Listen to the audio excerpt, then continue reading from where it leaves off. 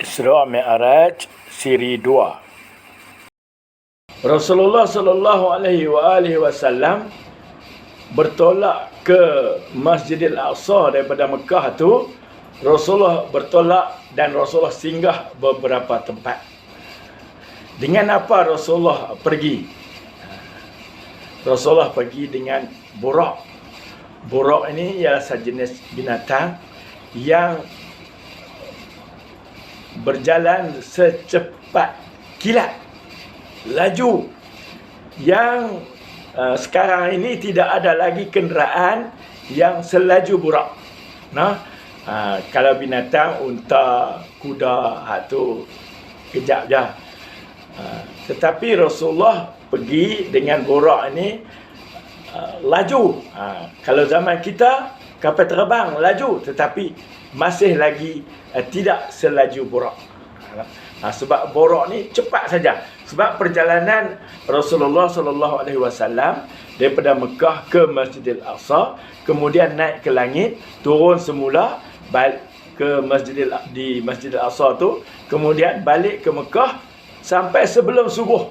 Maknanya malam tu, peristiwa Isra Mi'raj tu berlaku dalam satu malam yang sangat jauh perjalanan tetapi cepat. Ini yang pertama ialah naik buraq sampai ke Madinah. Rasulullah pergi ke Madinah dulu.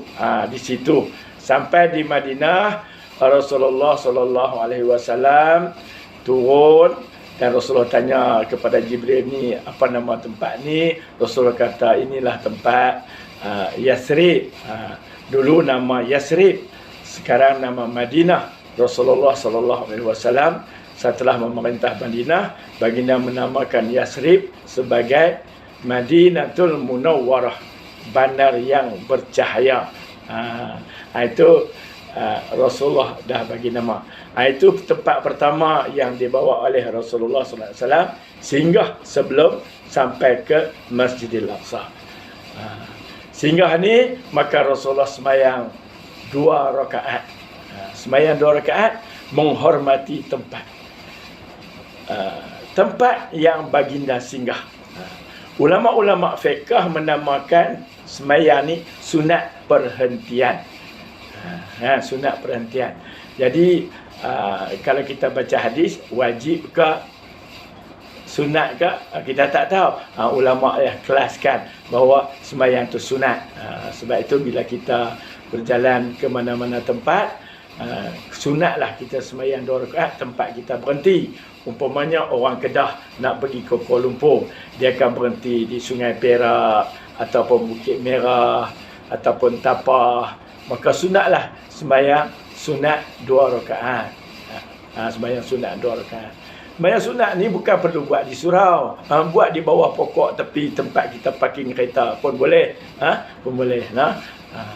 Jadi tak payahlah menyusahkan kita nak ambil masa pula, nak pergi berjalan, nak cari surau. Jadi kita nak buat kejap saja. Sebab orang yang dalam perjalanan ini, Allah Ta'ala permudahkan banyak perkara.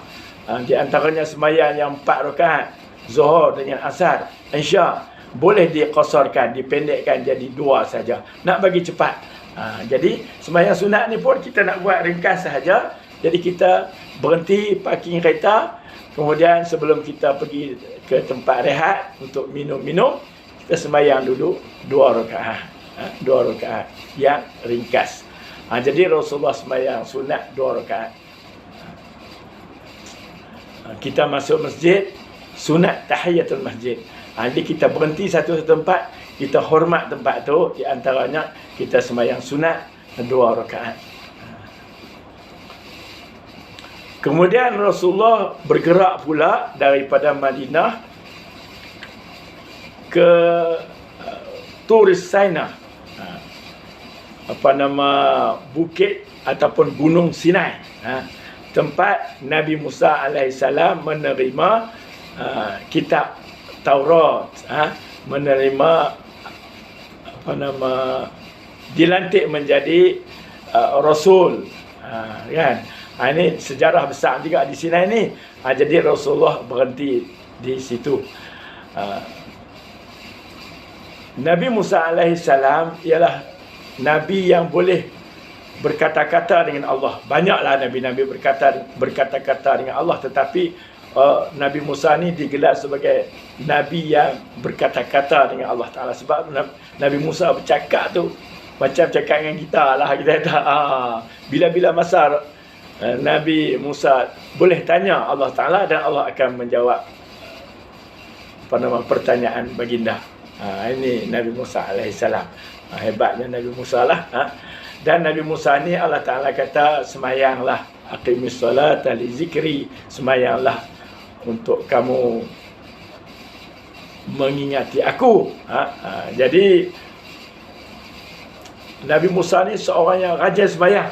Semayang sebagai metod ataupun wasilah Nabi Musa alaihissalam berhubung dengan Allah Subhanahu Wa Taala. Jadi semayang. Jadi semayang ni ialah cara kita nak mengingati Allah Subhanahu Wa Taala, berzikir kepada Allah Subhanahu Wa Taala. Maka Rasulullah ada cerita dalam hadis ketika Isra' Mi'raj, dia kata, aku melihat Musa, iaitu Nabi Musa alaihissalam, sembahyang di kuburnya. Ini pun benda yang pelik tuan-tuan, benda yang di luar fikiran kita, tetapi Allah Ta'ala dah tunjuk kepada Nabi Muhammad sallallahu alaihi wasallam bahawa baginda melihat Nabi Musa sembahyang di kuburnya. Dan di sini juga Rasulullah sembahyang sunat 2 rakaat. Yang ulama kita kata sunat perhentian tu. Itu ulama yang bagi nama. Sembahyang sunat 2 rakaat. Tak apalah kalau ada yang setengah tu tak setuju, kata ini bukan sunat perhentian apa semua tu. Tak apalah. Ini ulama-ulama yang bagi nama sunat perhentian dalam kitab Melayu, dalam kitab fiqh bahasa Melayu. Sunat perhentian. Jadi sembahyanglah. Jadi sunatlah kita pun bila berhenti di mana-mana tempat yang kita bermusafir, sunat sembahyang sunat 2 rakaat. Daripada situ Rasulullah bergerak ke Baitul Laham. Naik situ ke Baitul Laham. Kita tengok peta satu lagi. Dari Madinah ke Gunung Sinai. Gunung Sinai ni berlaku perang Israel Egypt tahun-tahun 70-an dulu ni. Sinilah Israel menewaskan Mesir di Gunung Sinai ni lah. Kemudian daripada Gunung Sinai ni Rasulullah bergerak lagi, bergerak ke Baitul Laham. Baitul Laham ni tempat kelahiran Nabi Isa alaihi salam. Ini pun sejarah besar juga, kan? Tempat bagaimana Nabi Isa dilahirkan di bawah pokok kurma, kan? Mak Nabi Isa, Siti Maryam, dalam keadaan yang sedih, macam mana nak jawab dengan orang-orang ramai, orang-orang di Baitul Maqdis pada masa itu. Mereka juga ada banyak yang beriman. Bagaimana nak jawab kat mereka ni, aku lahir anak tanpa bapa ni. Maka Rasulullah kata, hang jangan jawab, hamposa. Hang kata hamposa. Kemudian Allah Ta'ala bagi Nabi Isa dalam buaian tu sendiri menjawab bahawa aku ni adalah Rasulullah yang diutuskan kepada kamu semua. Ni tempat sejarah besar ni. Maka Rasulullah SAW dibawa oleh Jibril singgah sat, dan di sini pun Rasulullah sembahyang sunat 2 rakaat juga. Kemudian daripada situ Rasulullah bergerak ke Masjidil Aqsa.